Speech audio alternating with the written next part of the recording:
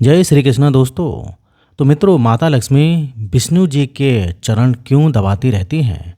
तो मित्रों, आपने हमेशा ये देखा होगा कि धन की देवी लक्ष्मी अपने पति परमेश्वर भगवान विष्णु के चरणों को दबाती रहती हैं। ये दृश्य हर भक्त भगवान की तस्वीरों में देखा करता है। अब ऐसे में सवाल ये उठता है कि माता ऐसा क्यों करती हैं? तो नमस्कार दोस्तों, स्वागत है आपका एक बार फिर से मेरे यूट्यूब चैनल पर। तो दोस्तों, शास्त्रों में ये तस्वीर में देखा गया है कि देवी लक्ष्मी भगवान नारायण के चरणों में बैठकर उनके पैर दबाती हैं। इसके पीछे भी एक पौराणिक कथा है जिसका वर्णन हम आज करने जा रहे हैं। एक बार की बात है, नारद जी ने देवी लक्ष्मी से पूछा कि वो हमेशा विष्णु जी के पैर क्यों दबाती रहती हैं। जिसके उत्तर में माता लक्ष्मी ने कहा कि चाहे मनुष्य हो या फिर देवी देवता, ग्रहों के प्रभाव से कोई बचा नहीं सकता। एक ओर जहाँ महिलाओं के हाथ में देवगुरु बृहस्पति का वास होता है, तो वहीं दूसरी ओर पुरुषों के पैर में दैत्य गुरु शुक्राचार्य का। ऐसे में जब भी कोई महिला पुरुष के चरण दबाती हैं तो देव और दानव का मिलन होता है तथा इससे धन लाभ का योग बनता है। यही वजह है कि मैं हमेशा श्री हरि के चरण दबाती रहती हूँ। और पुराणों की माने तो देवी लक्ष्मी को श्री हरि ने अपने पुरुषार्थ के बल पर ही अपने बस में रखा था, जो हमेशा सभी के कल्याण का भाव रखते हैं। जो माता लक्ष्मी भगवान विष्णु के पास हैं वो धन तथा संपत्ति है, क्योंकि श्री नारायण इनका उचित उपयोग जानते हैं। यही कारण है कि देवी लक्ष्मी भगवान विष्णु के पैरों में उनकी दासी बनकर रहती हैं। इसके साथ ही एक अन्य पौराणिक कथा के मुताबिक माता लक्ष्मी की बहन अलक्ष्मी उनसे ईर्ष्या करती थी।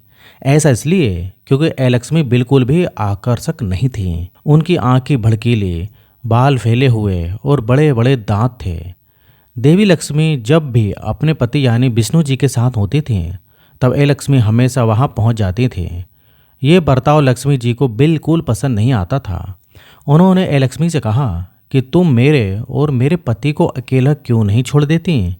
तब अलक्ष्मी ने कहा कि उनकी कोई पूजा नहीं करता है, इसलिए जहाँ भी लक्ष्मी जी जाएंगी वो वहाँ उनके साथ आएंगी।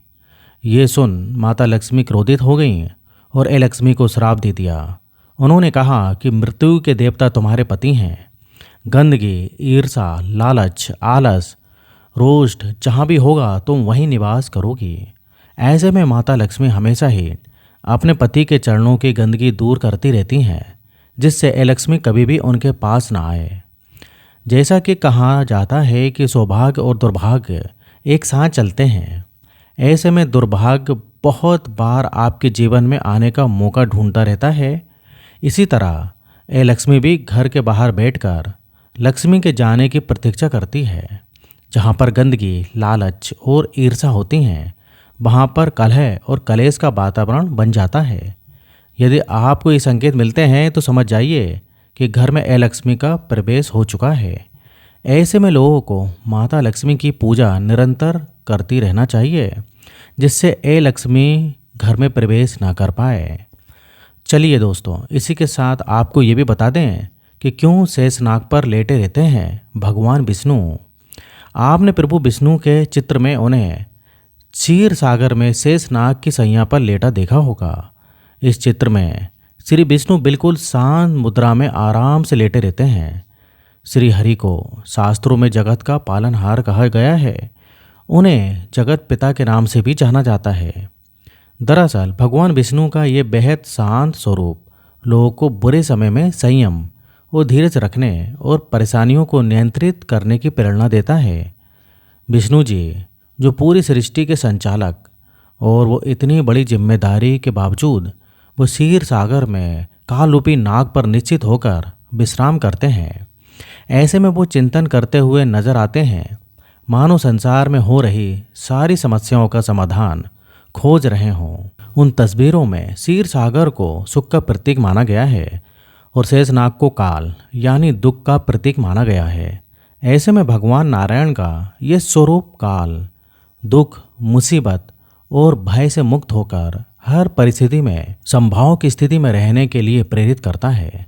जिस तरह श्री नारायण पर दुनिया को पालने का जिम्मा है, उसी तरह मनुष्य भी हर समय कर्तव्य और जिम्मेदारियों से जुड़ा हुआ होता है।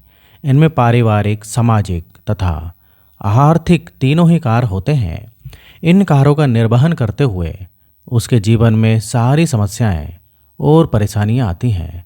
काल रूपी नाग की तरह कई बार ये हालात इंसान को बुरी तरह प्रभावित करते हैं और वो इनके कारण टूट जाता है। ऐसे में उसे श्री हरि की प्रतिमा को देखकर प्रेरणा लेनी चाहिए कि किस तरह वो विपरीत हालतों में भी शांत, स्थिर, निर्भय तथा निश्चित मन से अपने धर्म का पालन करते हैं। नाग की सैया पर सय करने के बाद वो कभी अस्थिर नहीं होते। इसी तरह मनुष्य को भी हर हालात में निश्चित रहकर अपना धर्म निभाते रहना चाहिए। अब ये भी जान लीजिए कि नारायण को कहा जाता है श्री हरि। भगवान विष्णु को श्री हरि के नाम से भी जाना जाता है। श्री हरि का अर्थ होता है हारने वाला।